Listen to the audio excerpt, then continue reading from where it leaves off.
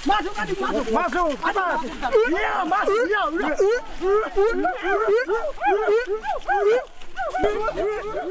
Kayu besi rawa sepanjang 17 meter ini disiapkan untuk membuat salib. Melihat panjangnya, timbul pertanyaan, siapakah yang akan disalib? Siapapun itu, pasti sesuatu yang lebih besar dari mereka. Tapi Frankie Woro, Casimilus Awe, dan warga suku Auyu di Papua Selatan ini tak akan melukai siapapun. Mereka memakai salib ini sebagai tanda perlawanan.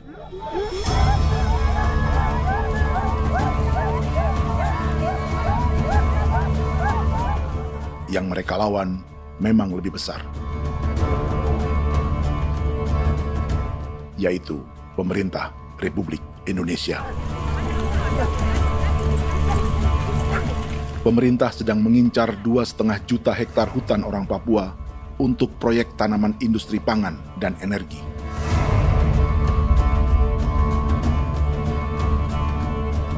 Ratusan kilometer dari salib orang-orang Auyu itu, orang Muyu sedang menyiapkan gerakannya sendiri. Tapi kali ini dalam bentuk sebuah pesta. Pesta yang disiapkan oleh marga Kimco Jinibju selama 10 tahun.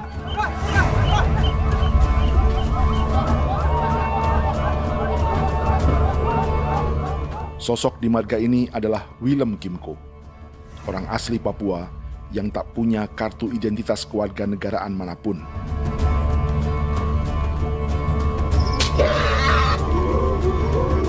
Pesta adat ini sudah cukup langka. Tak hanya di Papua, bahkan di kawasan Pasifik dan peradaban Melanesia. Awalnya bayarnya kalau pernah. Internet aja kok dia kelem bipnuka, kok dia kelem bipnuka. Dan jitana ya kati kok belum barang dipo. Kok memang ambilnya kok kuning.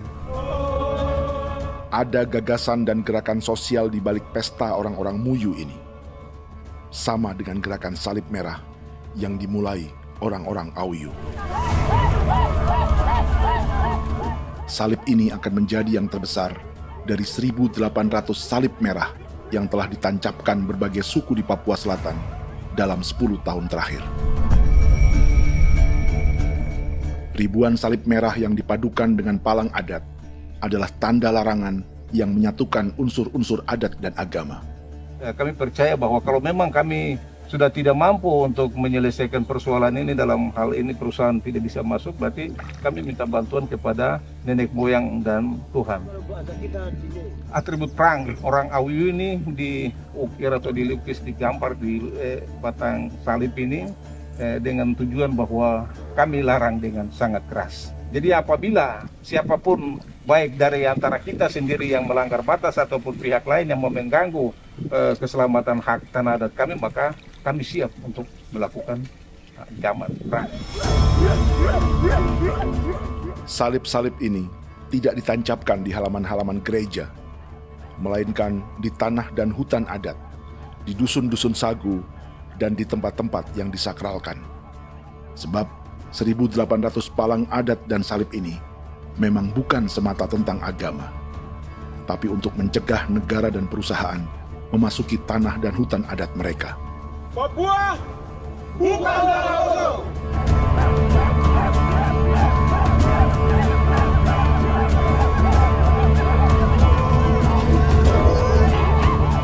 Di zaman TikTok ini, kami ingin menceritakan semua ini lewat film yang pendek.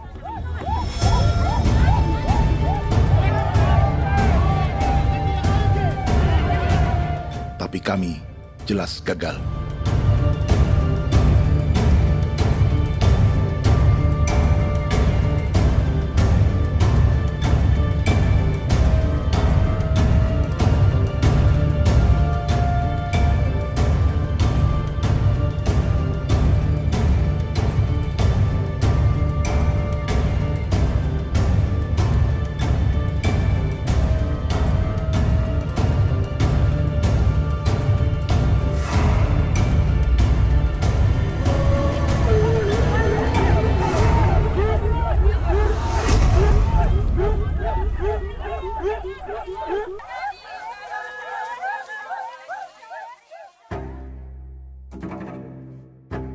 Di planet ini, ada 5 pemilik hutan hujan tropis terluas yang tersisa. Kongo di Afrika, Brazil, Peru, Bolivia, dan Indonesia.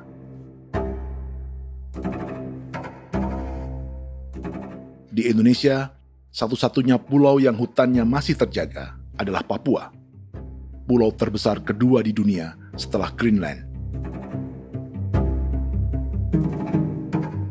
Lewat sejarah kolonialisme yang panjang, pulau ini kini dikuasai 2 negara. Bagian barat oleh Indonesia yang juga dikenal sebagai West Papua, dan bagian timur menjadi Papua Nugini.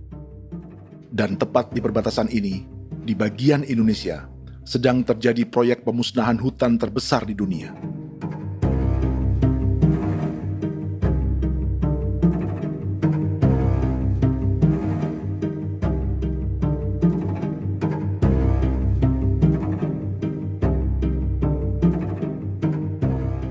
Pemerintah Indonesia sedang membuka lebih dari 2,5 juta hektar hutan untuk sawit, tebu, padi, dan peternakan.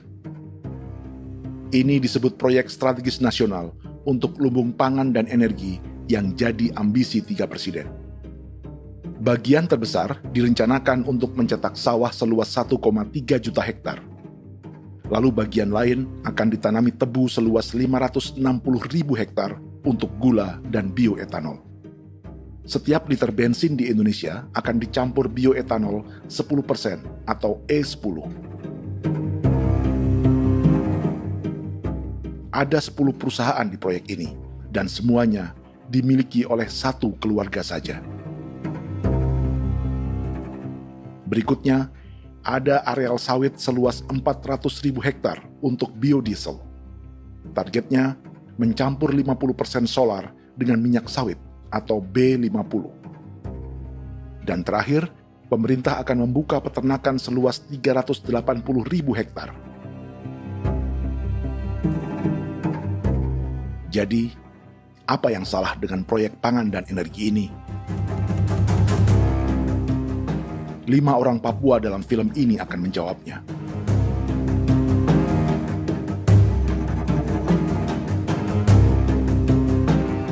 Yang pertama adalah Yasinta Moiwen dari suku Marin.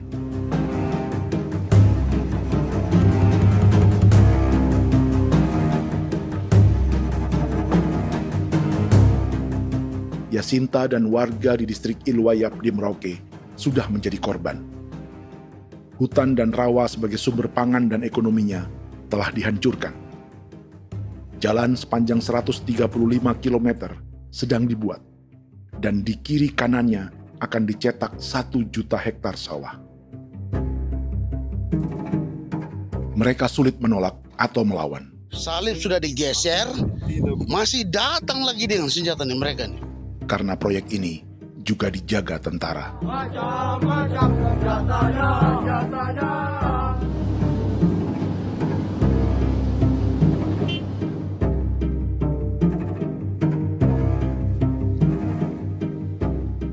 Yang kedua adalah Natalis Buer di distrik Tanah Miring, Merauke. Petani milenial ini merasa ditelantarkan.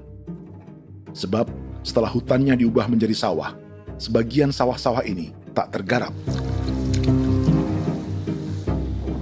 Orang asli Papua seperti Natalis tak punya modal untuk benih, pupuk, perawatan, hingga ongkos panen.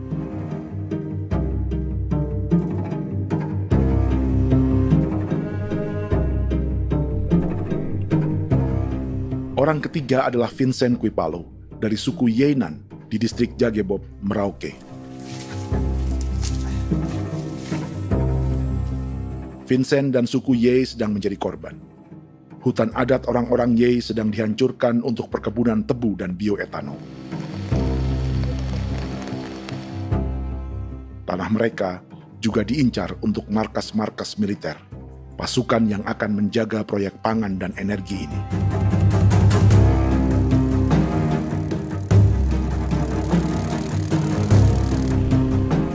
Yang keempat adalah Frankie Woro dari suku Auyu di distrik Fofi, Kabupaten Bovendigul. Hutan dan tanah mereka terancam perluasan perkebunan sawit untuk campuran biodiesel atau B50. Orang-orang dari suku Auyu ini adalah calon korban. Merekalah salah satu pelopor gerakan Palang Adat dan Salib Merah. Meski kadang berseberangan dengan gereja yang mereka anggap lebih mendukung pemerintah dan perusahaan. Mereka bahkan sedang merencanakan gerakan yang lebih besar, dengan salib yang lebih besar. Tanah milik Somu Sobisiba itu bahwa tanah ini diciptakan oleh Tuhan dan memberikan warisan kepada kami. Kami ini hanya hak jaga.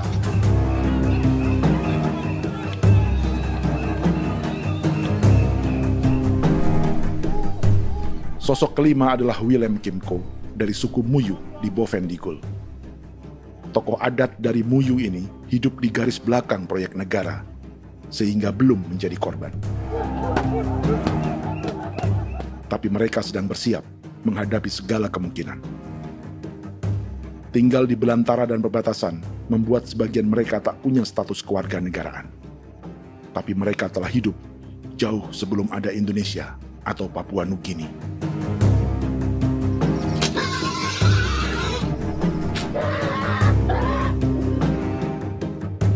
Kelimanya mewakili jutaan orang asli Papua yang sedang terancam eksistensinya. Jika kita merasa kepunahan peradaban Neanderthal di Eropa, Aztec dan Inca di Amerika, atau aborigin di Australia adalah sejarah masa lalu, film ini menceritakan bagaimana pemusnahan sebuah bangsa dan kepunahan sebuah peradaban sedang terjadi di masa hidup kita. Kepunahan bukan karena kerusakan lingkungan dan ruang hidup semata, juga karena dihantam 60 tahun operasi militer.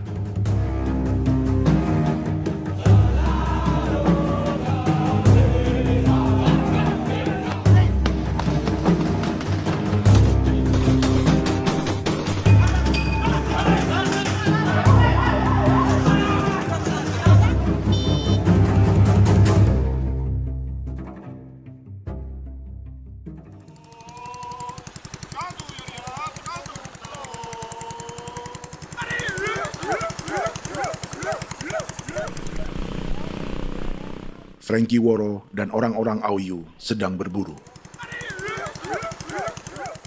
Tapi lokasi perburuan mereka mulai dikuasai perusahaan perkebunan sawit.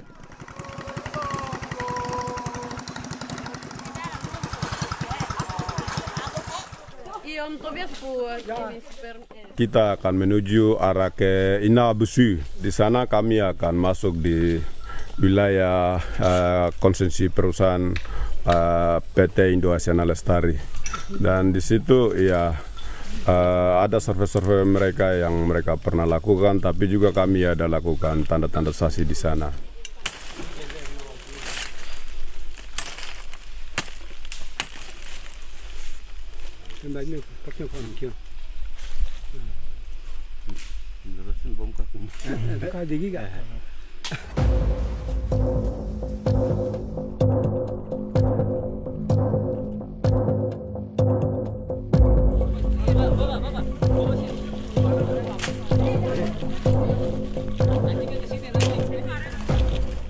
Dapat dengan yang induknya, tapi karena induknya dia lari dan terlambat kerja, akhirnya yang bisa kita dapat dia punya anak ini saja.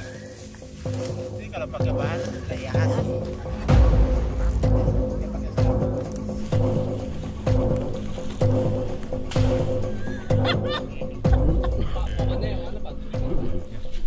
Pohon ini pohon bitanggur, dia punya kayu ini kita biasa gunakan untuk kerja perahu, dan juga kulit depu getanya itu kita pakai untuk kerja ini, panah-panah ini lem, jadikan lem ini, panah-panah. Hutan ini adalah supermarket bagi suku Auyu. Juga lumbung pangan atau bank untuk menyimpan deposito kekayaan alam.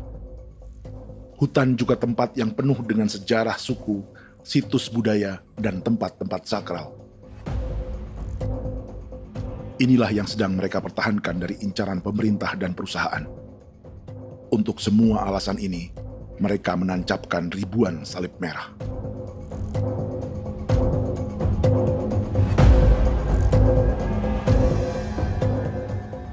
Tapi dari kampung, warga suku Auyu memberi kabar pada Frankie tentang intimidasi oleh aparat negara agar mereka melepas tanah ke perusahaan sawit dan berhenti memasang palang adat dan salib merah. Ada beberapa titik yang saya sudah siap, tetapi di sini emergensi dari saya, terutama di Kampung Sokangon, PT Damai Timber. Dia mengganggu saya dengan menggunakan kekerasan maupun pihak hukum. Dan kemarin saya ada pernyataan penolakan secara resmi, tapi masih tetap dengan menggunakan pihak hukum untuk masuk, untuk harus dituntut saya untuk harus diterima perusahaan itu. Kita di situ ada 15 marga, tetapi 15 marga juga tidak setuju. Marga-marga siapa yang terima dan marga-marga mana saja yang menolak. Nanti kita lihat dari pertimbangan itu, dan di situ dan kita undang mereka untuk bicara dengan kami. Sebagai sosok yang aktif dalam gerakan, warga Auyu terus memberi informasi lapangan kepada Frankie yang tak selalu berada di kampungnya. Izin pernyataan yang mereka paksa saya untuk tanda tangan itu, tapi sementara saya tidak tanda tangan. Data semua ada di tangan saya. Ya. Baik, kalau gitu itu lebih bagus karena tanda tangan itu yang berbahaya. Iya. Tanda tangan itu yang lebih berbahaya karena sekarang ini modern dan canggih, dan itu yang mereka biasa pakai untuk tipu muslihat. Mereka biasa pakai itu di tanda tangan itu. Betul. Dari Bambisa juga di Sofia dia masuk untuk memaksakan kami marga untuk harus menerima perusahaan itu. Tapi kemarin kami sudah menolak. Babinsa di sini nama bosku. Itu yang sekarang strategi militer yang sekarang mereka pakai. Jadi yang penting masyarakat itu yang benar-benar mau menolak siap dukung ketua marga siapa yang nanti tampil. Ini adalah peta konsesi sawit untuk biodiesel dalam proyek strategis nasional. Dan di distrik Fofi inilah, orang-orang Auyu hidup dari sungai dan hutan. Tapi Frankie di Bovendigul masih lebih beruntung. Setidaknya dibandingkan Yasinta Moyen di Merauke yang sudah kehilangan hutan dan rawanya.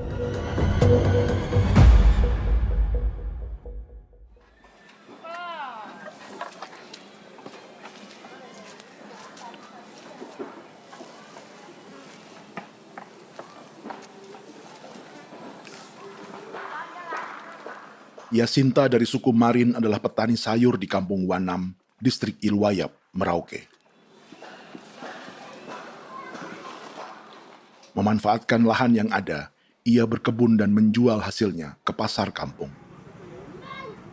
Ini ekonomi warga di Wanam untuk menghasilkan uang, lalu memberi barang kebutuhan yang tak bisa mereka produksi sendiri. Tapi kehidupan sebenarnya ditopang oleh ekosistem hutan dan rawa. Inilah sumber pangan utama dan peradaban mereka.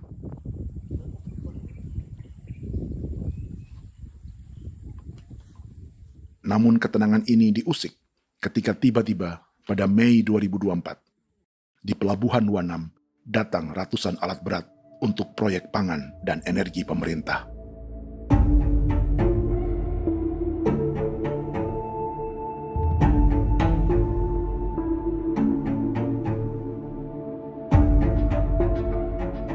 Kami masyarakat setempat kami tidak tahu. Kami kaget pagi-pagi kapal sudah ada di pelabuhan kami.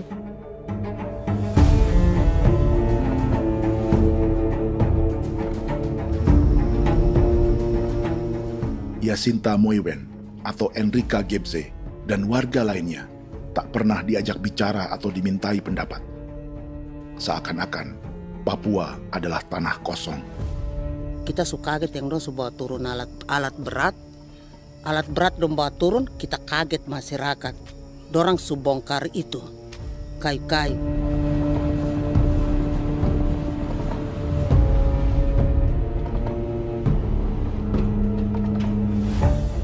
Bersamaan dengan alat-alat berat itu, juga berdatangan tentara Indonesia untuk mengawal proyek pembukaan hutan milik Jacinta.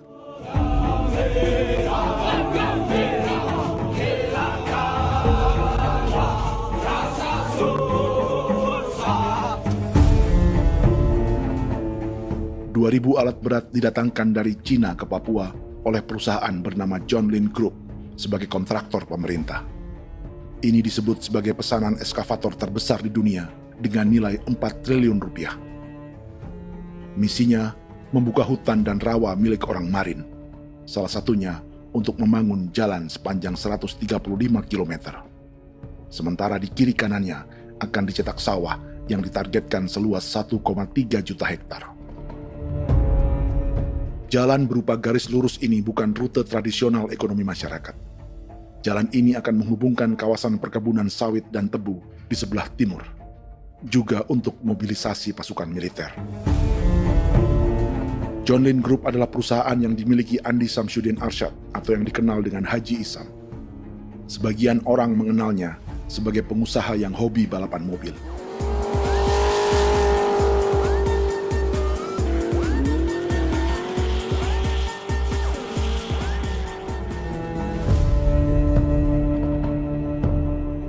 Tapi di Kalimantan, ia berbisnis batu bara, perkebunan sawit, pengolahan karet, penerbangan, perkapalan, dan biodiesel.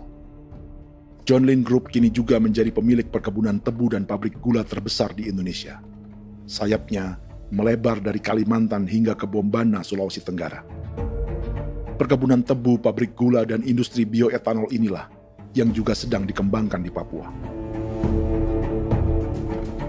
Foto ini adalah momen ketika Isam bersama kerabatnya, Menteri Pertanian Amran Sulaiman dan Menteri Pertahanan Syafri Samsudin meluncurkan program biodiesel atau B50 di Kalimantan Selatan. B50 artinya setiap 1 liter solar, 50%-nya akan dicampur minyak sawit. Perusahaannya, PT John Lin Agroraya, menjadi salah satu pemainnya.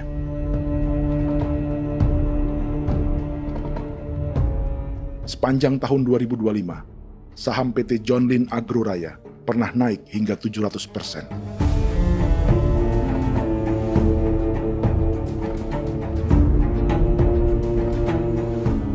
Perusahaan sawitnya yang lain, PT Pradiksi Gunatama, sahamnya bahkan pernah naik 4.000% hanya dalam 1 tahun. Dari harga saham ini saja, nilai kekayaan keluarga Isam diperkirakan mencapai 100 triliun rupiah lebih, menjadikannya salah satu keluarga terkaya di Indonesia dan salah satu pemain penting industri bioenergi. Dan di Papua Selatan inilah sebagian sawit-sawit untuk mendukung program B50 akan ditanam. Inilah tanah orang-orang Wambon, Muyu, Marin, Yei, atau Auyu seperti Frankie Ward.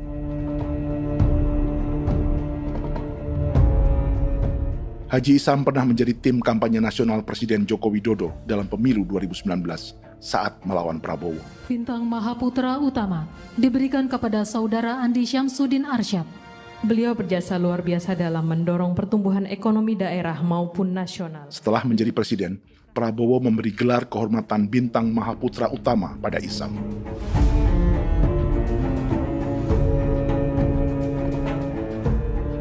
Sejumlah menteri Prabowo, juga kerabat dan orang-orang yang pernah bekerja di perusahaan Isam.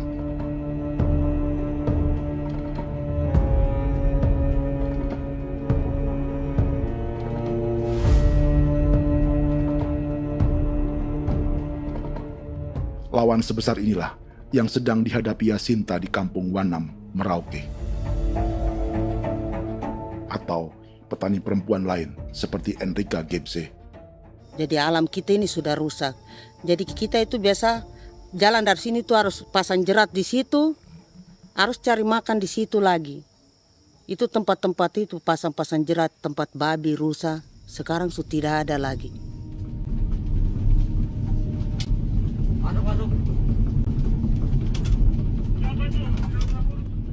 Rekaman ini memberi gambaran bagaimana Kasuari kehilangan rumah di bekas hutan dan rawa yang telah dibabat.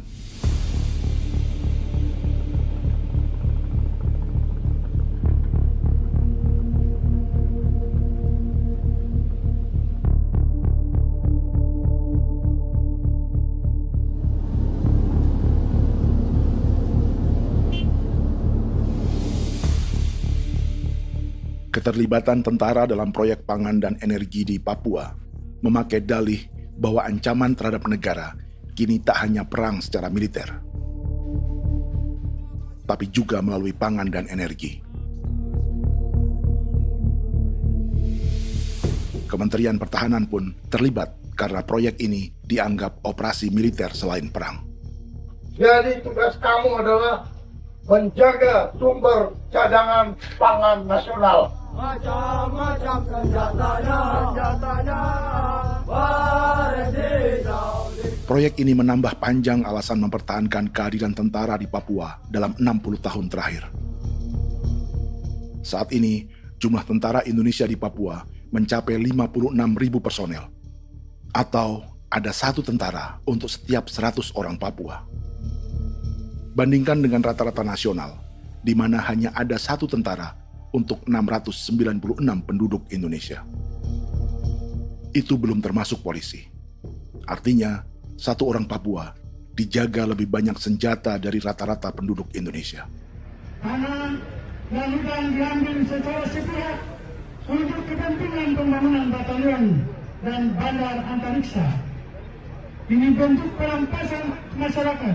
Penolakan kehadiran markas-markas militer terjadi di sejumlah tempat di Papua.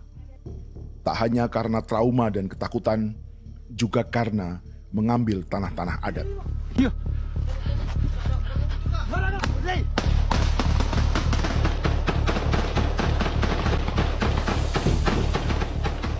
Salah satu alasan mengapa militer terus ditambah di Papua, karena masih ada perlawanan dari Organisasi Papua Merdeka atau OPM selama 50 tahun terakhir. Ayo. Tapi kekuatan militer OPM diperkirakan hanya 1.430 personel dan 360 pucuk senjata. Selebihnya, mereka menggunakan senjata tradisional.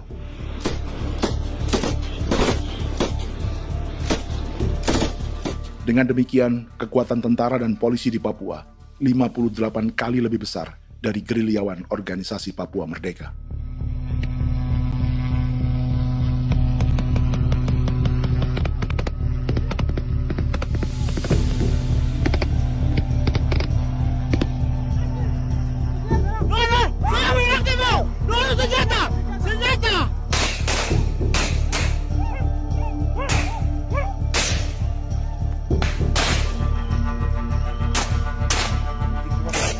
Sebagian tentara berada di garis depan pertempuran, tapi sebagian besar lainnya terlibat operasi non-tempur menjaga proyek pemerintah dan investor swasta. Seperti Batalion Infanteri Teritorial Pembangunan di distrik Jagebob, Merauke ini. Lokasinya bersebelahan dengan konsesi lahan tebu untuk gula dan bioetanol milik PT Murni Nusantara Mandiri. Baik perusahaan maupun markas militer, keduanya mengambil hutan milik suku Ye dari marga Kuipalo. Tapi orang datang tanam ini saja di sini, tanam papan nama ini. Victor Kuipalo menunjukkan apa yang terjadi. Jadi kita juga kaget ini.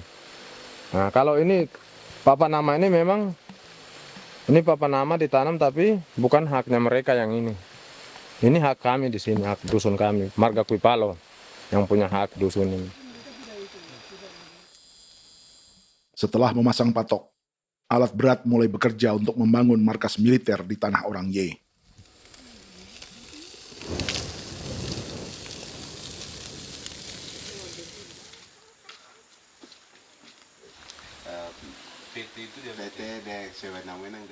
Kehadiran markas militer mengkhawatirkan warga yang pernah mengalami trauma.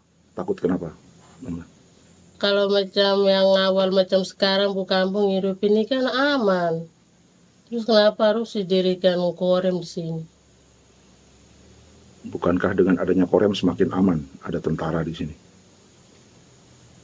Kalau untuk kampung kayaknya tidak bisa aman kalau ada tentara, paling masyarakat dipukul itu ini. Kalau kampung hidup begini malah saya sejahtera dan saya punya masyarakat. Apa pernah ada pengalaman buruk sebelumnya dengan tentara di daerah sini? Ada yang cerita waktu pos-pos di sini tuh di 13, 12 itu zaman katanya Patimura. Memang kasihan. Malah kita punya orang ini yang dianiaya betul, dipukul. Disuruh kerja bakti tidak mau atau lama mencari, namanya kita pangkur sagu itu butuh waktu 1 minggu. Kalau lama begitu ya paling diseret apa pukul itu. Operasi militer Indonesia di Papua dimulai tahun 1962 lewat Operasi Trikora. Tapi perlawanan bersenjata pertama di Papua baru dilakukan tahun 1965 di Manokwari. Nanti tanggal 1 Mei jam 12.30 pemerintahan di Irian Barat mutlak akan jatuh di tangan.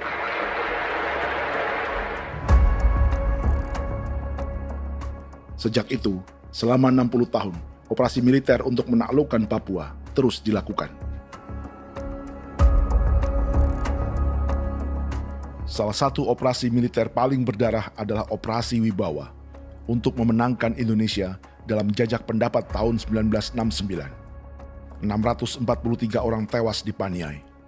Lalu disusul 4.146 korban tewas antara tahun 1977 hingga 1978.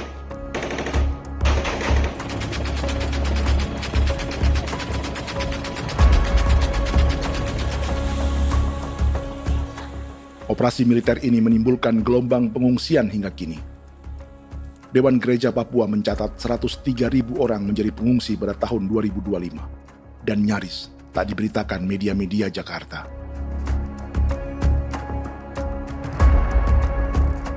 Jumlah pengungsi terbesar tercatat di Nduga yang mencapai 20.000 jiwa. Banyak di antaranya yang sedang hamil, seperti Jubiana, salah satu pengungsi Nduga. O tagarik mesikagi be muguruk berselari di namen wane gosel bigari me egirik menene an nimbo mesle bok selar nene wam dak yak lek prak de oy gore bangal no so ndak lo yo nandam yanet ndang no yat de nanen di ko nerwa membri wal marwa egirik mener wa tri bel no semana o ngal siya kaya ber kumbik nyak masala ore na me wo gosuluk ri namen wani go semane kuman nak wani wani ndemo golok ndak mesri namen bre golok wanak no semana ne nebe minit waru ra kana bi nindige war de mino pragit de laina bulan Maret April yana mana kantan barak na lire na bam ne Jubiana lalu menamai anaknya Pengungsi Kogoya. Selain Jubiana, juga ada Emma dari Maibrat yang melahirkan di hutan. Sampai di kampung gini, katanya bilang ada tentara yang bangun jembatan. Nah, capek itu juga pun masih tahan. Kembali lagi ke hutan lagi. Seperti itu sampai saya jatuh di tengah jalan. Orang sampai terbanting di kayu semuanya. Berasa sakit begitu. Melengkapnya tuh Domika Serli, pengungsi Wako. Masyarakat sipil dari kampung Aitrem sementara mengungsi karena kampungnya sementara dikuasai oleh TNI Polri. Seratusan ribu pengungsi di Papua saat ini jauh melampaui jumlah yang mengungsi ke Papua Nugini tahun 1984, yaitu 10.000 orang karena menghindari operasi militer.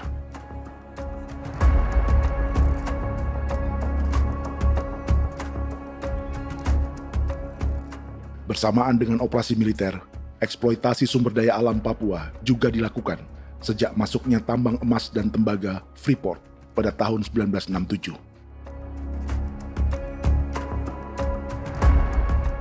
Disusul perkebunan sawit awal tahun 1980-an.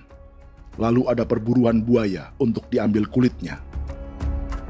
Sebelumnya, ada eksploitasi gas alam di Teluk Bintuni, pencarian besar-besaran kayu gaharu, atau pembukaan hutan tanaman industri. Ini belum termasuk perburuan dan perdagangan ikan arwana di selatan Papua, penebangan kayu merbau dari hutan-hutan Jayapura, emas di Blok Wabu Intan Jaya, bahkan nikel di pulau-pulau kecil Raja Ampat. Dan kini, dalam skala yang belum pernah terjadi dalam sejarah, Papua dipaksa mencetak sawah, tebu untuk bioetanol, dan sawit untuk biodiesel.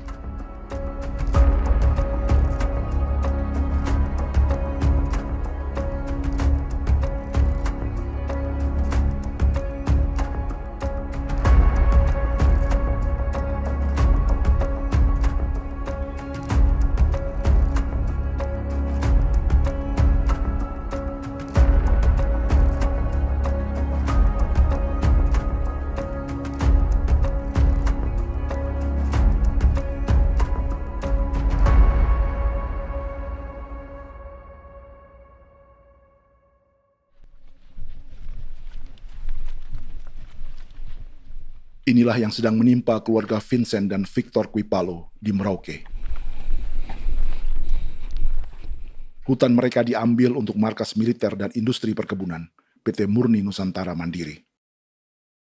1 dari 10 perusahaan yang diberi konsesi untuk menanam tebu dan memproduksi gula serta bioetanol seluas 52.000 hektar.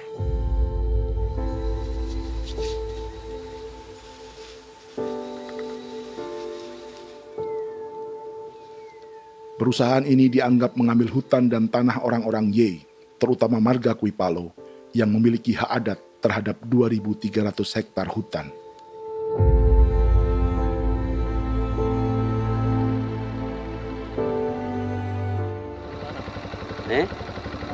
Tentara?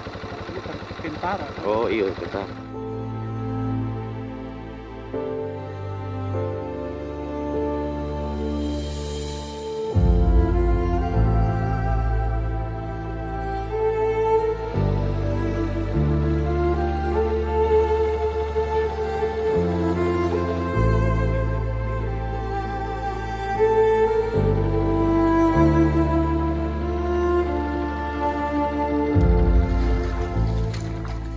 Keluarga Kuipalo sedang melihat apakah perusahaan semakin mengancam tanah mereka.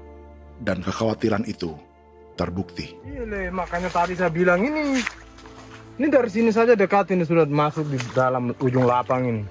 Ini hutan, yang ini hutan yang orang ada bongkar sekarang ini. Ini sudah punya alat sudah dekat ini. Dekat sekali ini. Ini di sini. Nacau, kelapa itu yang jalan lama, jalan setapak ini. Dari udara, terlihat alat-alat berat semakin mendekati tanah orang-orang Ye, marga Kuipalo.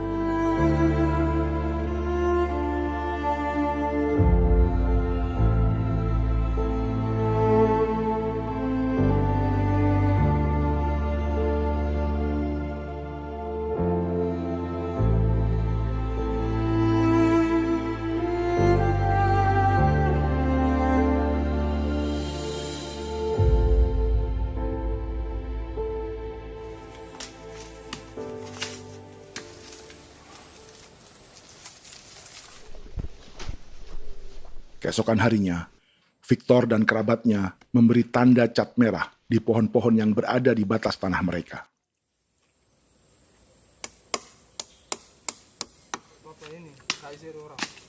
Tapi tanda peringatan adat ini tak diindahkan perusahaan.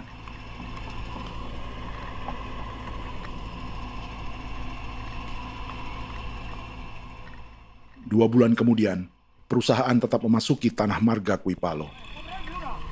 Sama. Kami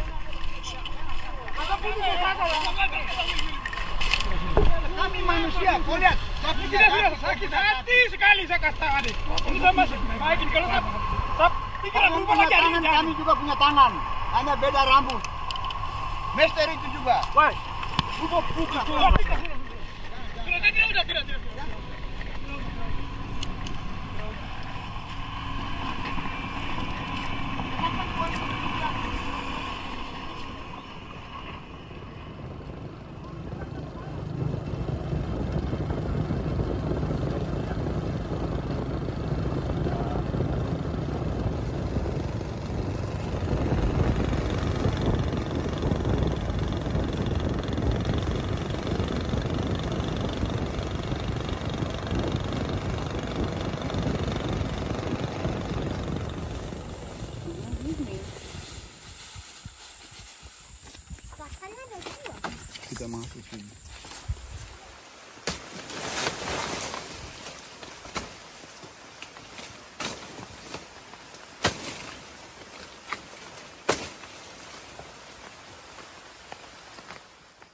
Jadi ya untuk itu seperti saya katakan tadi, apakah lebih baik kita tidak usah ada kah atau bagaimana, kita pisahkan, pisahkan dari negara ini kah? Jangankan tuh, saya kemarin bicara sama Daniel, datang sama saya dengan persoalan Kodam ini. Saya bilang, Pak Daniel, kalau lebih baik saya ngungsi ke Papua Nugini. Dia bilang, aduh Bapak jangan begitu. Ya memang, kalau tidak bisa menghargai kami, lebih baik pilihan yang itu yang saya memilih. Lebih baik saya pindah dari sini. Saya mengungsi ke Papua Nugini, di negara tetangga. Masih di laut. Apa? Oh, ini.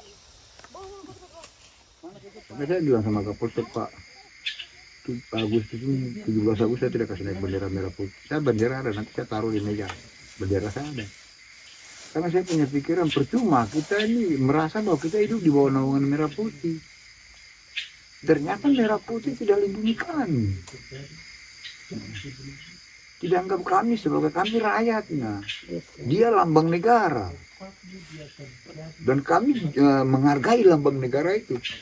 Ternyata lambang negara ini, kita bernaung di bawah lambang negara ini, kita tidak dilindungi. Hak kita tidak dihargai.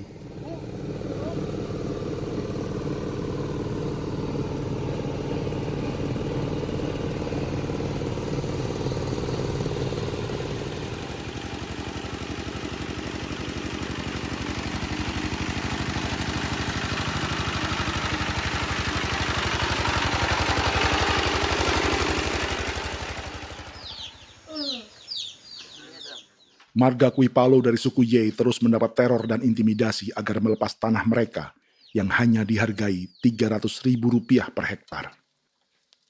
Tapi mereka tidak berjualan tanah. Makanya mama itu tidak suka untuk lepas tanah. Untuk apa? Baru di dalam hutan itu ada obat-obat tradisi. Itu sudah Kalau macam ada sayur dalam juga, kita ambil sayur yang dia tumbuh sendiri. Jadi kita ini mau kemana, kalau itu sudah digusur, ya habis. Kita ini jadi penonton. Jangan sampai kita ini duduk minta di jalan. Jadi kita tidak mau seperti itu. Makanya tanah itu kita tidak melepas. Tapi mungkin orang lain tuh dia senang saja. Lebih baik saya pegang uang merah dulu. Saya bisa beli-beli itu ini. Nanti datang uang sudah habis, gembel. Mau cari kemana lagi, hutan sudah habis. Mau makan ikan di mana, kali sudah hancur. Seperti Yasinta di Wanam, suara dan gerakan kaum perempuan Papua sangat nyaring dan tak bisa diabaikan. Saya sebagai perempuan tolak untuk perusahaan masuk di sini. Karena kalau saya terima anak-anak saya mau dikemanakan, mau tinggal di mana. Apapun yang terjadi saya tetap tolak. Demi tanah ini saya akan berjuang, demi saya punya anak-anak. Yang katanya mengutamakan anak Papua, nyatanya yang kerja kebanyakan ya orang-orang Jawa. Dan sendiri orang Jawa, tapi bukan mau bicara yang tidak-tidak. Memang kenyataannya seperti orang-orang Papua itu diterbelakangkan, kurang diutamakan, gitu.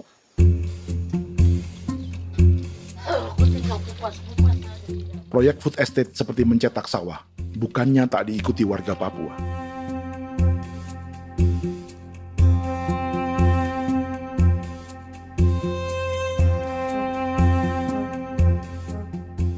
Salah satunya Natalis Buer di distrik Tanah Miring, Merauke.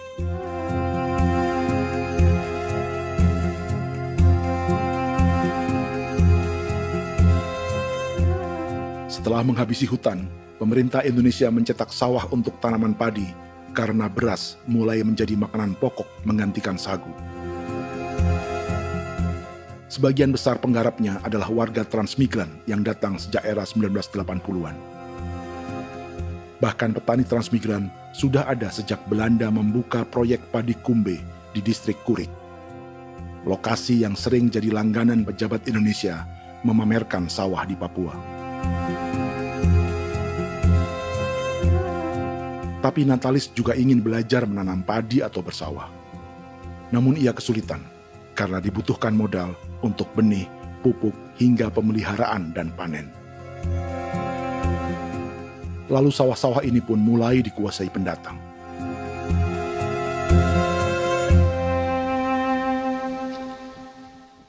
Tapi sejauh ini di kampung kami ini yang saya lihat memang ada kelompok kami punya di sini yang sudah tergabung dalam Gapoktan, kemudian masuk dalam optimalisasi lahan.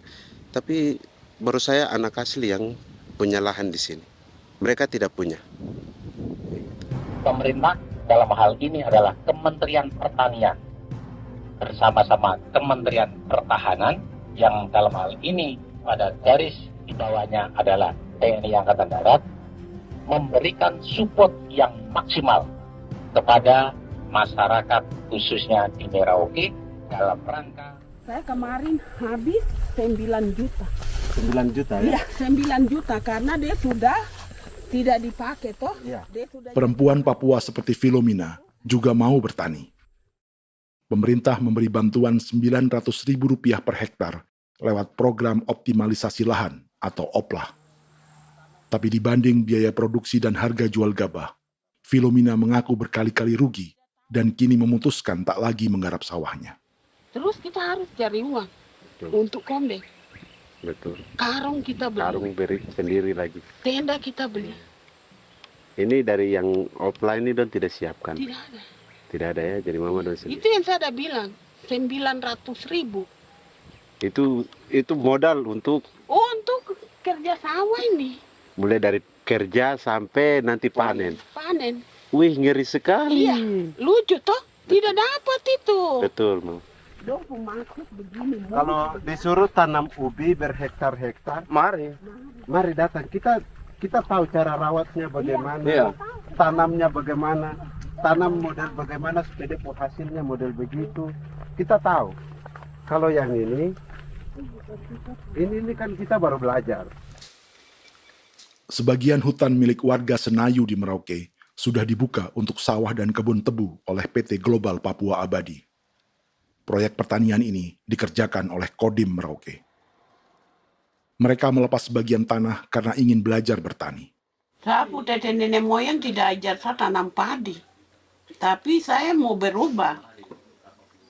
Generasi saya yang berikut ini besok lusa tidak bisa makan pisang, sagu. Namun program optimalisasi lahan yang dijanjikan dengan berbagai bantuan tak dirasakan Filomina. Obat rumput beli, obat padi beli, jonder kita bayar, bahkan bibit masih kurang, cari bibit lagi beli. Jadi saya memang kalau program pemerintah saya sama sekali saya tidak suka. Baku tipu saya.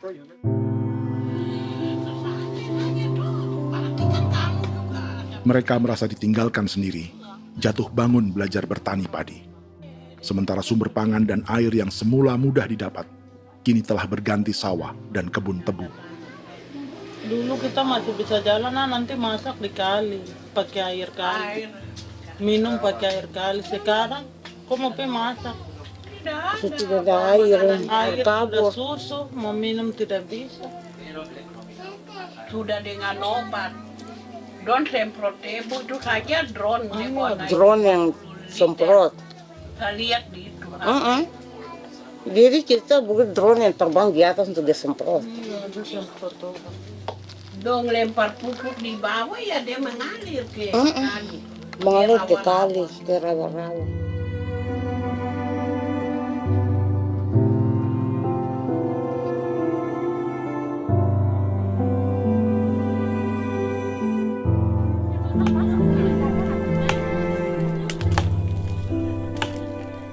Seperti pertanian sawah bagi orang Bali atau Toraja, bagi orang Auyu dan suku-suku lainnya di Papua Selatan, sagu juga bukan semata tentang pangan.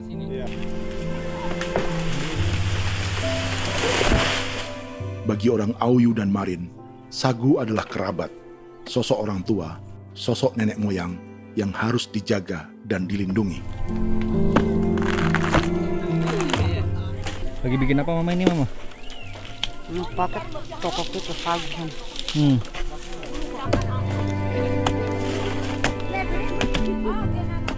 Kami diingatkan oleh leluhur, sagu itu tidak boleh digusur dan tidak boleh diganggu dengan cara apapun, dan di dalam rangka kepentingan apapun tidak boleh. Kamu harus bela, bahkan sampai nyawa pun harus menjadi taruhan demi membela keselamatan keberadaan sagu di atas tanah ini.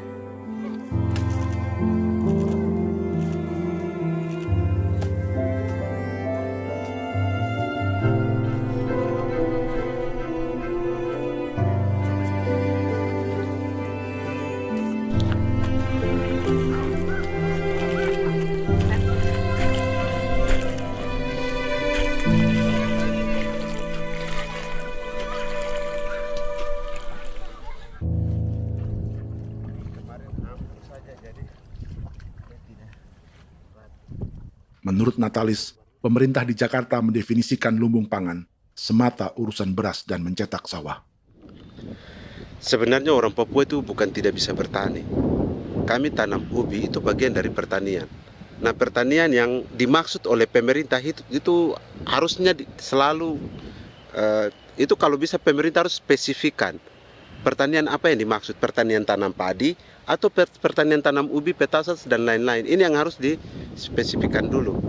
Begitu, sehingga tidak menjustifikasi kami orang asli Marin bahwa kami tidak bisa bertani. Bukan. Kami buka kebun besar-besar di sana, bahkan bermeter-meter, ratus-ratus meter pakai sekop, bukan pakai ekskavator, tapi ini pakai skop. Itu pertanian, begitu. Bagi Natalis, alih-alih memaksimalkan sawah-sawah yang sudah ada untuk petani Papua, pemerintah selalu membuka hutan baru, seperti dikerjakan perusahaan John Lynn Group dan melibatkan tentara.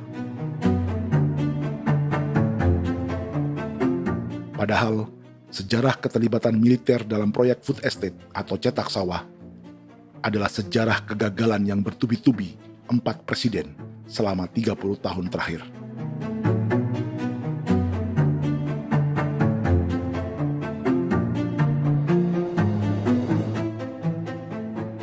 Papua bukan yang pertama menjadi proyek lumbung pangan yang melibatkan tentara.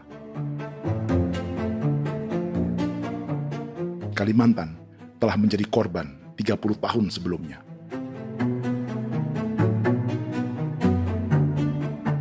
Ini adalah bekas hutan yang sudah dibuka di Pulang Pisau, Kalimantan Tengah.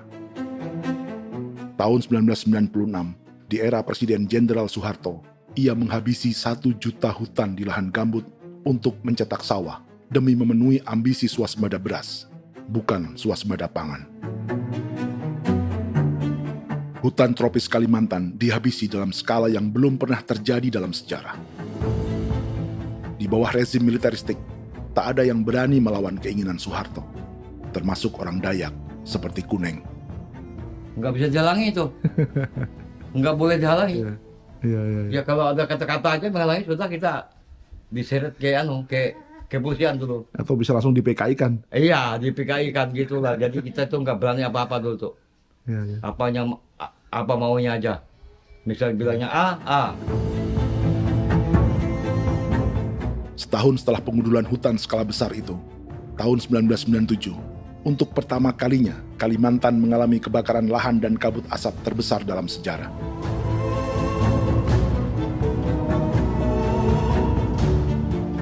Sebagai ilustrasi, ini kondisi kabut asap tahun 2015.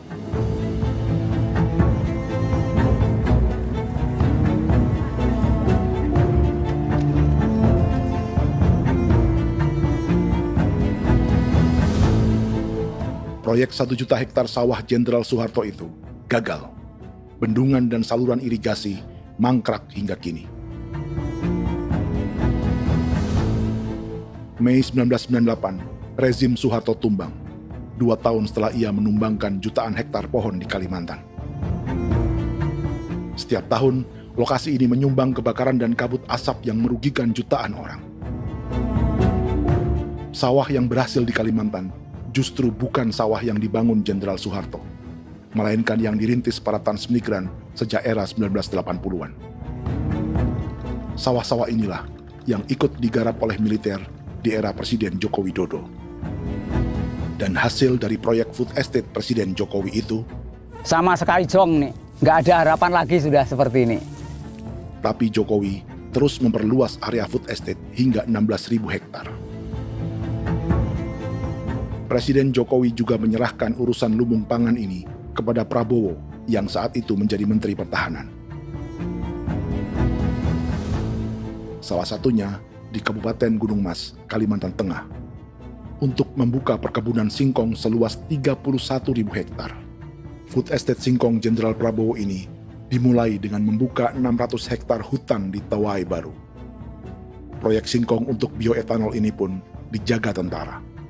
Dan seperti Jenderal Soeharto, proyek Jenderal Prabowo ini pun gagal.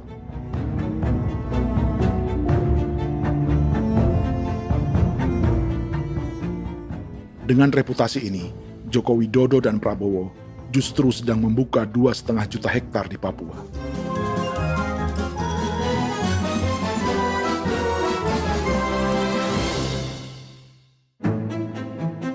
Setelah Jenderal Soeharto, Presiden Jenderal Susilo Bambang Yudhoyono juga mencoba membuka food estate di Papua sejak tahun 2010.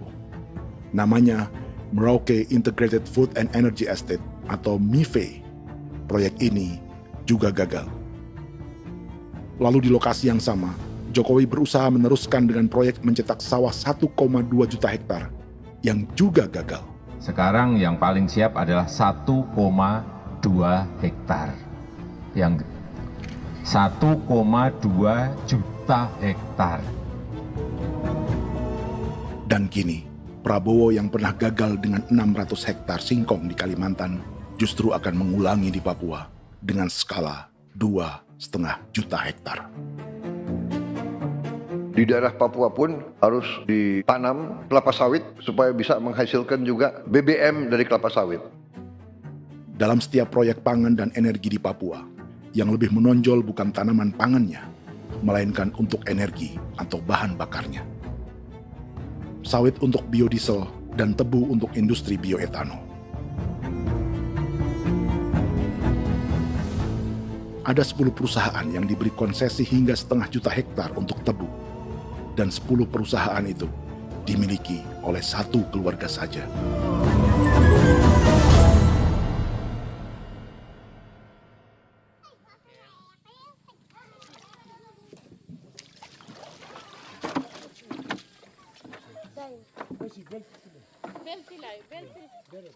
Para perempuan Auyu di Bovendigul akan berangkat memancing. Priska Beni membantu menyiapkan perahu.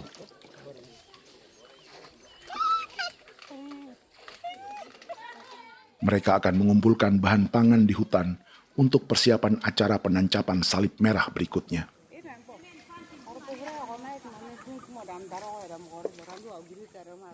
Priska sudah mengambil posisi memancing.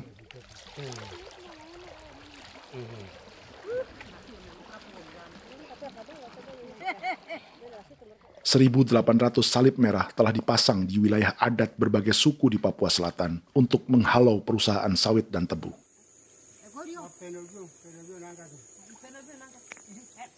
Maria Tebung yang paling muda datang membawa hasil. 2 ekor ikan gastor alias gabus toraja. Sebagai generasi Z, pendidikannya sampai sekolah dasar. Di perusahaan perkebunan seperti sawit atau tebu, ijazah SD hanya bisa menjadi buruh kasar. Tapi ia tak tertarik. Karena kita hidup itu dari alam, kita pancing, juga di darat, bawa anjing, terus bikin pagar sagu, dapat babi, bawa baru kita makan. Jadi kita tidak mau perusahaan masuk. Sementara Priska Beni masih mencari peruntungan.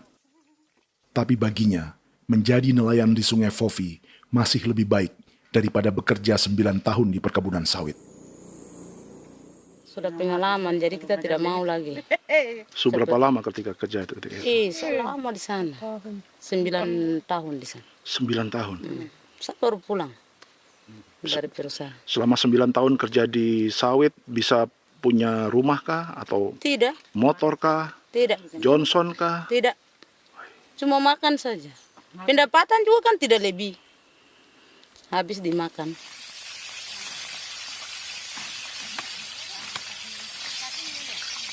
Satu minggu libur berapa hari?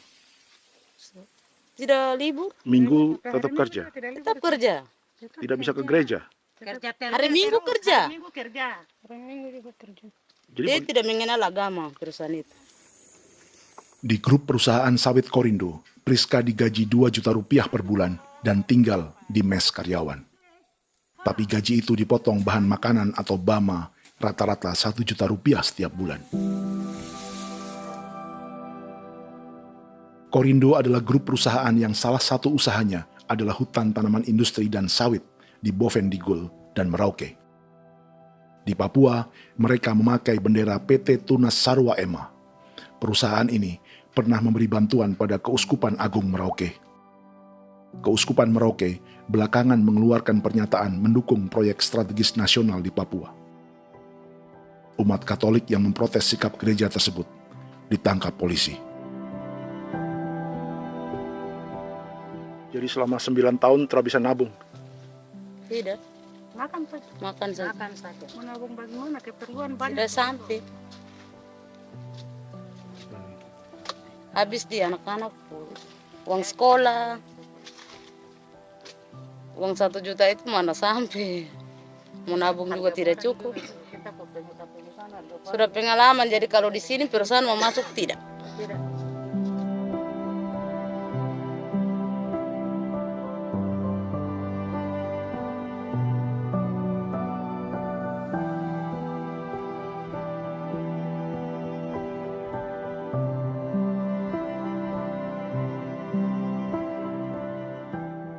Dan menu makan siang seperti ini agaknya sulit bagi buruh sawit atau tebu yang digaji 2 juta rupiah per bulan.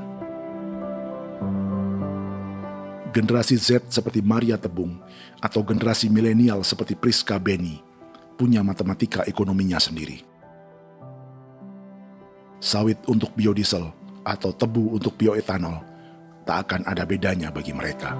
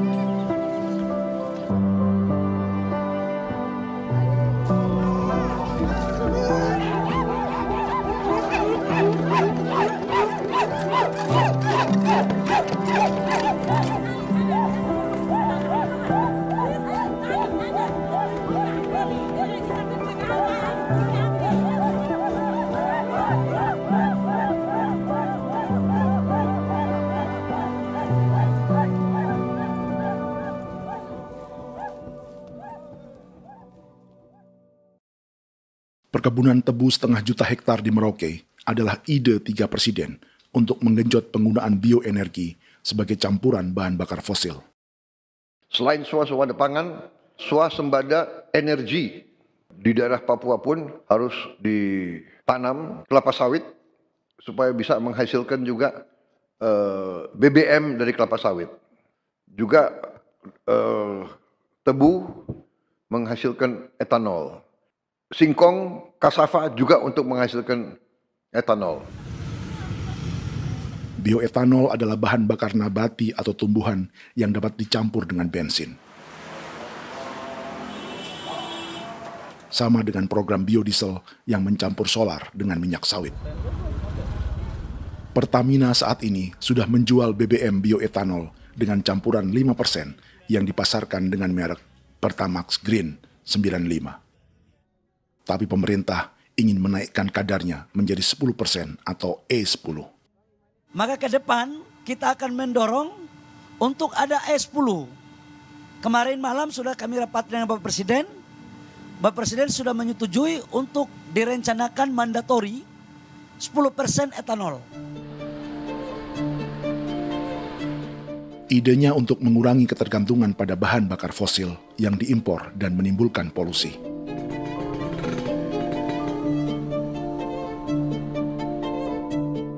Tapi bioetanol bukannya tak mengorbankan lingkungan, hutan, rawa, dan manusia. Karena program E10 membutuhkan 7,3 miliar liter bioetanol, maka lahan yang dibuka untuk menanam tebu bisa mencapai 1,3 juta hektar. Sementara saat ini, luas perkebunan tebu di Indonesia hanya 500 sampai 600 ribu hektar. Artinya, butuh lahan baru hingga 800 ribu hektar untuk menanam tebu.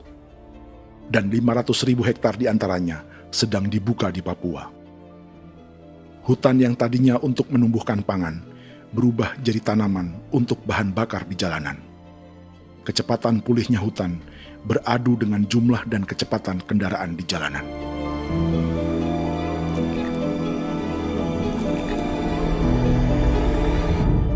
Dahaga terhadap energi tak pernah bisa dipuaskan. Setelah minyak sawit untuk biodiesel, dunia kini merambah singkong, jagung, dan tebu untuk bioetanol. Benua Amerika, Eropa, sebagian Afrika, hingga separuh Asia kini mulai memakai bioetanol sebagai campuran bahan bakar.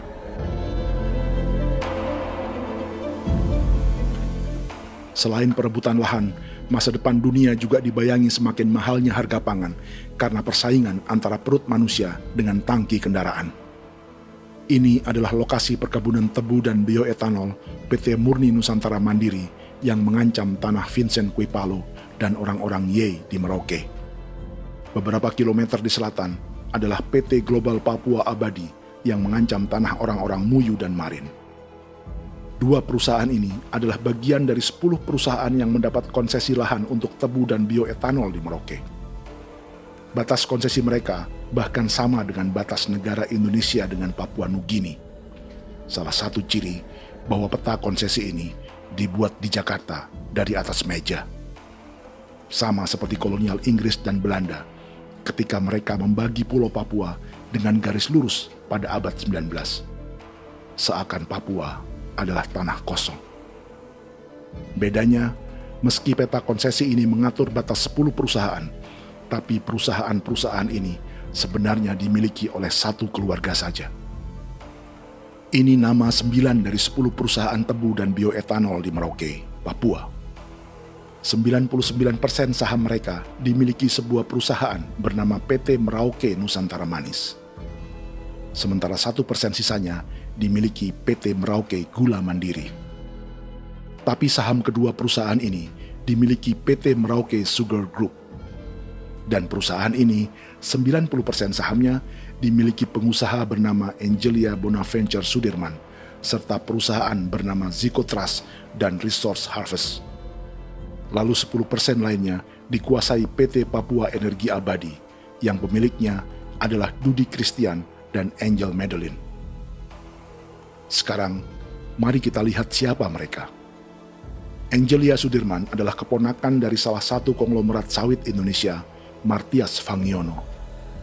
9 perusahaan di Papua ini berada di bawah bendera Merauke Sugar Group. Dan Merauke Sugar Group hanya satu dari 7 grup perusahaan milik keluarga Fangiono.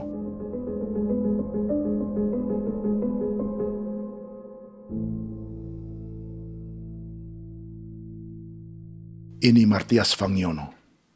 Seperti Haji Isam, Martias selama ini dikenal sebagai pengusaha sawit yang kini merambah bisnis tebu dan bioetanol. Ini momen saat penanaman perdana tebu di Merauke bersama Presiden Joko Widodo Juli 2024. Di sini juga ada anak Martias Fangiono, yaitu Wirastuti Fangiono. Wirastuti adalah salah satu yang menonjol dari keluarga Fangiono. Tahun 2025, Forbes mencatatnya sebagai konglomerat termuda dengan kekayaan 23 triliun rupiah yang mengendalikan 2 grup usaha, FAP Agri dan Surya Dumai Industri. Keduanya adalah perusahaan sawit dan biodiesel. anak dan bapak ini adalah investor utama bagi Jokowi dan Prabowo untuk proyek tebu dan bioetanol di Papua. Sementara yang ini adalah mertua Sitorus, pemilik raksasa agribisnis dunia, Wilmar International, yang juga memegang konsesi sawit di Papua lewat berbagai perusahaan. Tapi mertua kini memakai bendera baru, yaitu KPN Corporation atau Karunia Prima Nastari. KPN inilah yang memiliki kelindan bisnis dengan keluarga Fangiono untuk proyek tebu Merauke. Apalagi grup Wilmar yang didirikannya juga pemain gula utama di Australia. Tahun 2010, Wilmar membeli 100% saham perusahaan gula terbesar Australia, Sucrogin. Akuisisi senilai 1,5 miliar dolar Amerika ini langsung menjadikan Wilmar pemain tebu terbesar kelima dunia. Sebagian bibit tebu yang ditanam di Merauke adalah varietas yang dikembangkan Lembaga Riset Gula Australia atau Sugar Research Australia.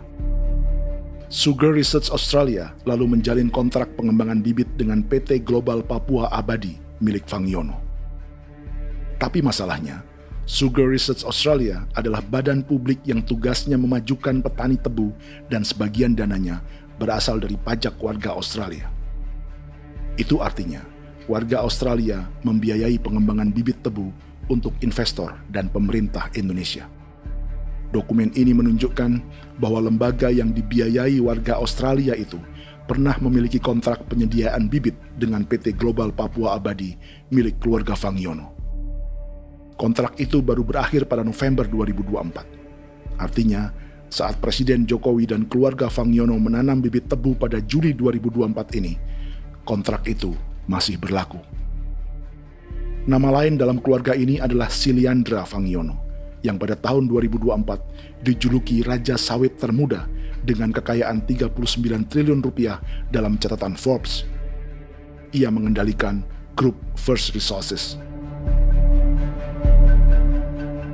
Secara umum, keluarga Fangiono memiliki 20 perusahaan di Sumatera, 32 perusahaan di Kalimantan, 1 di Jakarta, 2 di Singapura, dan 25 perusahaan di Papua.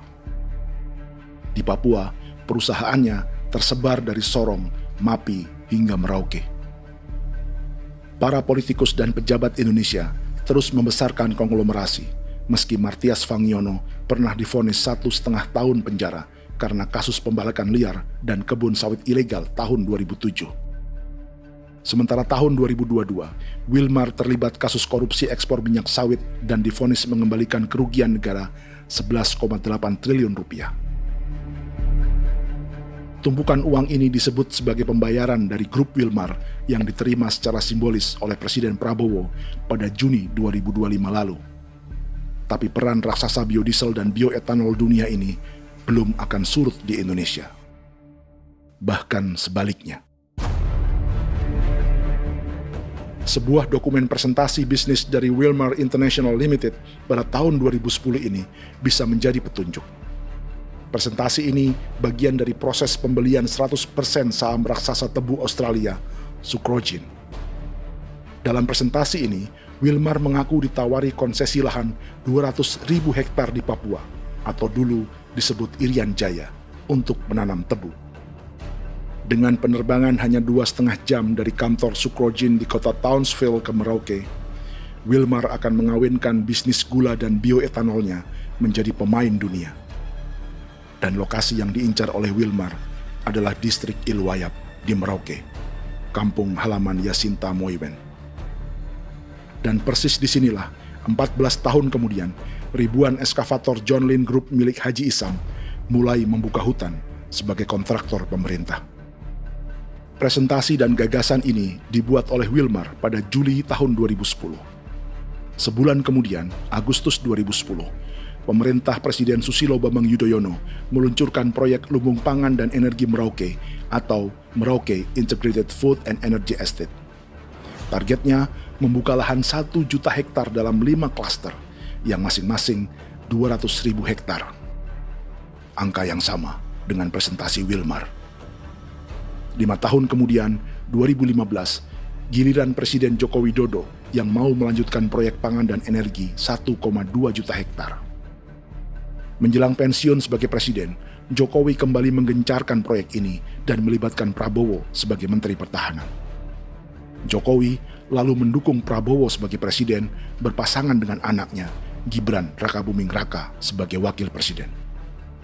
Kini, setelah menjadi presiden, giliran Prabowo yang melanjutkan proyek bioetanol dan biodiesel dengan memobilisasi militer dan melibatkan pejabat-pejabat yang juga para elit partai koalisinya.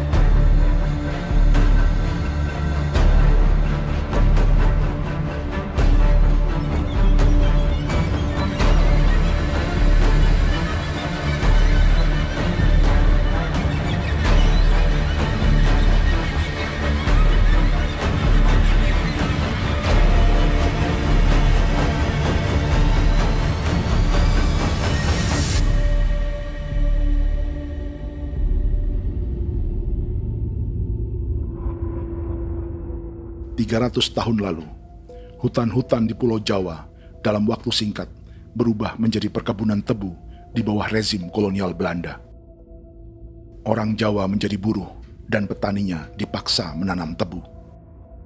Dari kolonialisme dan politik tanam paksa itu, Belanda memperkaya negara dan para investornya. Tak puas membuka hutan untuk perkebunan di Jawa dan Sumatera, kolonial Belanda menanam tebu hingga di Suriname dan mengerahkan ribuan orang Jawa sebagai buruh pada tahun 1890. Inggris yang sudah menguasai negara seluas India dan Papua Nugini pun masih menanam tebu jauh di tengah Samudra Pasifik, di tanah orang-orang Fiji. Lalu memindahkan puluhan ribu orang India menjadi buruh di sana. 200 tahun sebelumnya, ratusan ribu orang Afrika bahkan diperbudak untuk bekerja di perkebunan-perkebunan tebu Spanyol dari selatan Eropa hingga Karibia, Kuba, atau Jamaika. Jika dulu tebu menjadi gula atau emas putih, kini cerita kolonialisme tebu berlanjut di Papua untuk bahan bakar nabati atau bioetanol. Dan seperti semua cerita tentang kolonialisme, akan ada yang berpesta dan ada yang membayar. Dalam setiap cerita pesta kolonialisme, baik di Jawa, Karibia, atau di Papua, selalu melibatkan para elit lokal, dari pejabat, perwira, hingga agamawan. Tapi dalam setiap kolonialisme, juga selalu ada cerita tentang mereka yang mempertahankan diri dan melawan.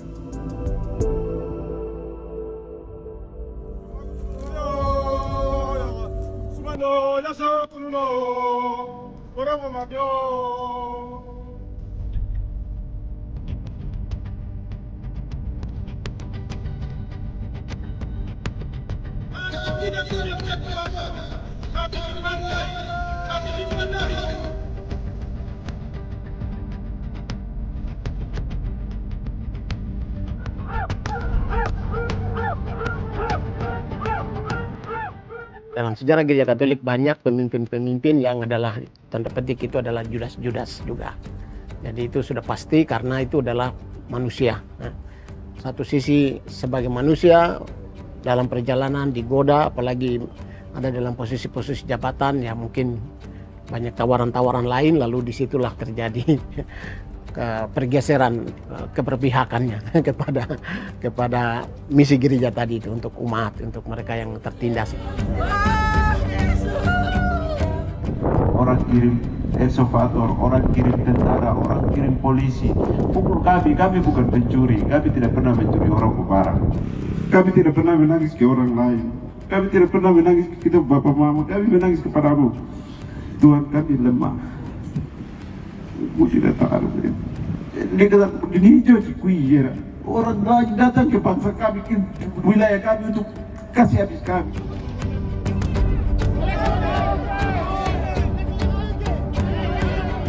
Kimam Dehi, Ya Kimam Dehi, Bono Ya Hadigul Dehi, Bono Ya Hadigul Dehi.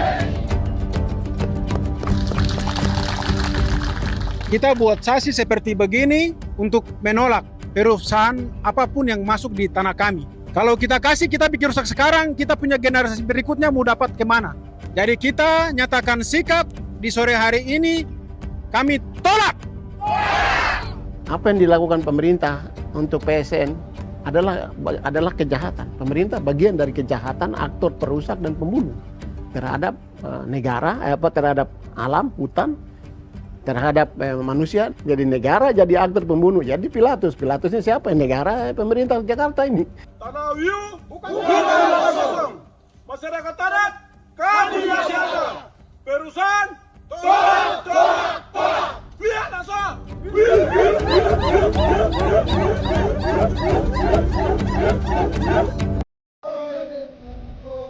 Jika tanah adat dan hutan adat hilang, kami mau hidup di mana? Maka di sini saya mau bilang, negara jangan tipu-tipu kami lagi.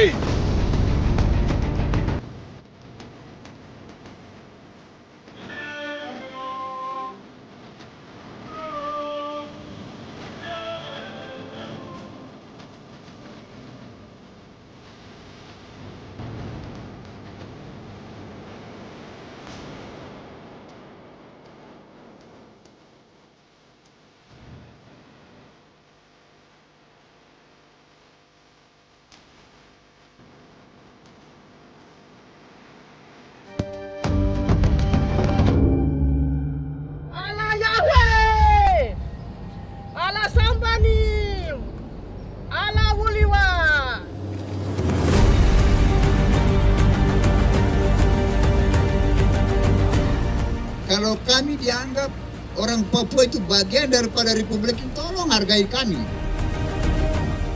Dengan adanya PSN, PT, John Lindrup yang sudah menerobos tanah kami dan hutan kami, merusak alam kami. Itu yang kami datang ke Jakarta jauh-jauh dari Papua. Kami mau bersuara kepada Bapak Presiden Prabowo Subianto, di mana keadilan untuk masyarakat Papua. Tolong lihat masyarakat Papua yang sudah mati.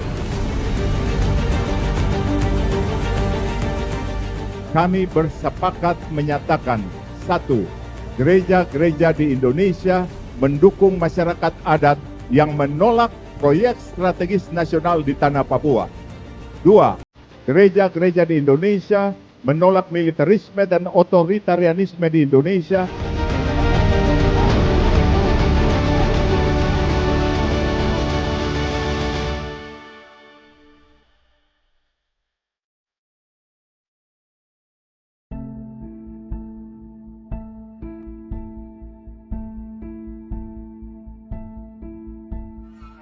Kita sering merasa banyak hal buruk sudah jadi cerita sejarah. Dan kita sekarang hidup lebih baik, lebih beradab, atau mustahil melakukan kejahatan seperti di masa lalu. Kita tidak lagi menghukum mati orang dengan memenggal kepalanya. Kita menembaknya atau menyuntik racun agar tertidur dan mati. Tapi ada hal-hal yang tak berubah.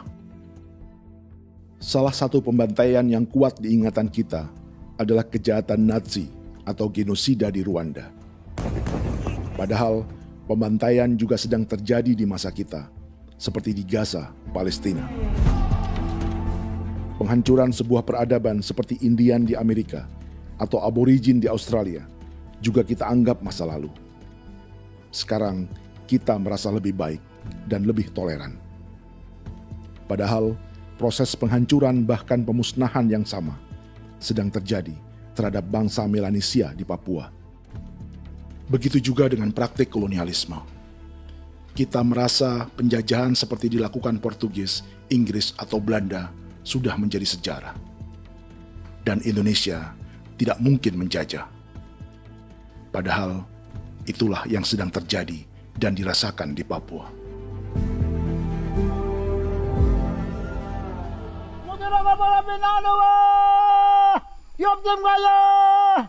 Kawatang Maya, Upaka Maya, anak dia mana nama. Jalannya sejarah ini disadari Willem Kimco di pedalaman Bovendigol, Papua. Hidup terpencil dan tak tersentuh urusan negara bukan berarti selalu aman.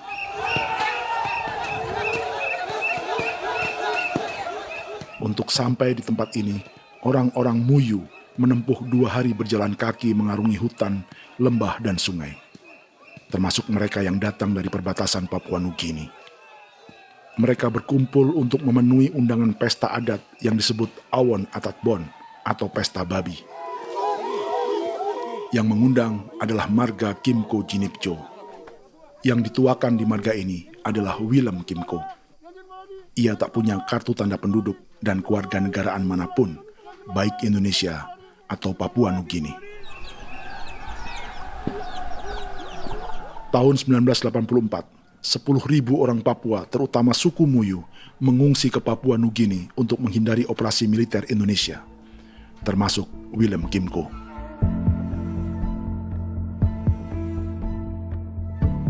Apa yang membuat pesta adat ini istimewa? Apa bedanya dengan acara serupa yang dihadiri pejabat, tokoh agama, LSM, atau yang direkam oleh kru televisi dan konten kreator? 18. Pertama, untuk membuat pesta babi, orang Muyu perlu persiapan selama 10 tahun. Sebab, babi-babi yang akan jadi bagian dari pesta ini tak boleh dibeli, alias harus dipelihara sendiri. Babi-babi ini bukan bantuan pejabat pemerintah, gereja, atau LSM.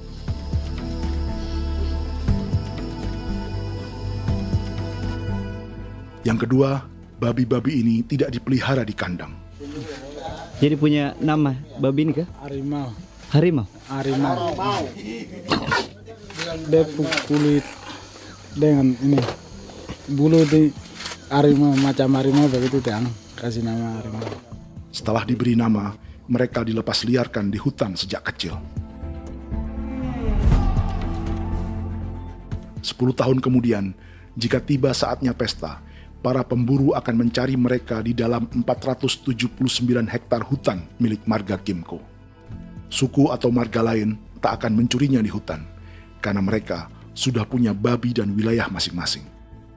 Itu artinya mereka harus tetap menjaga dan mempertahankan hutannya agar babi-babi bisa hidup.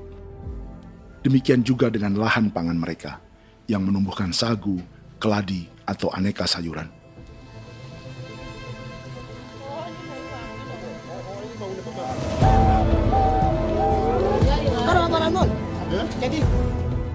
Yang ketiga, dalam Awon Atatbon atau pesta babi, binatang ini tidak dimakan secara gratis.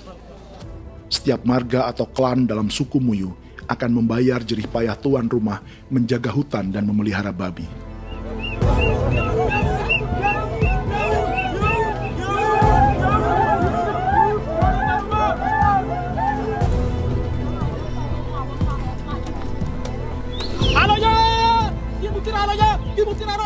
Ini seperti arisan untuk menjaga budaya dan lingkungan. Bagian dari budaya dan ekonomi timbal balik yang ditandai dengan siklus memberi dan menerima.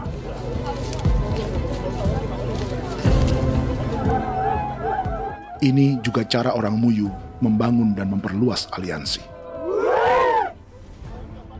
Awon bet begul bet. Ulan yau kando bet.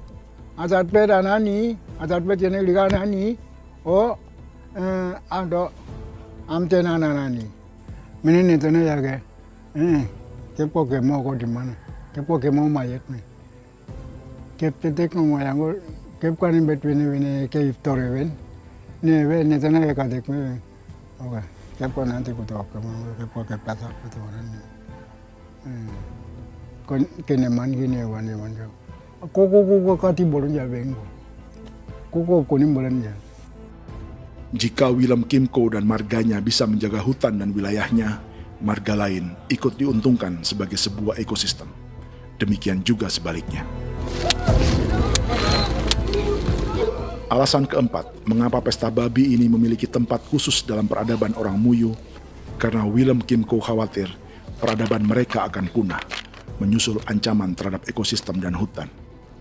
Setiap marga atau klan harus mengkonsolidasi diri dan membangun aliansi.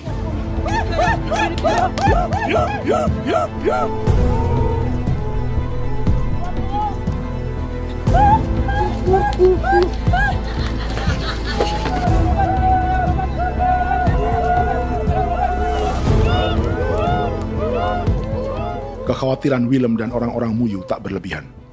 Ruang hidup mereka bersinggungan dengan proyek bioetanol dan biodiesel pemerintah Indonesia. Mereka juga tahu apa yang telah dan sedang menimpa suku lain seperti Auyu di Bovendigul atau Yainan dan Marin Anim di Merauke.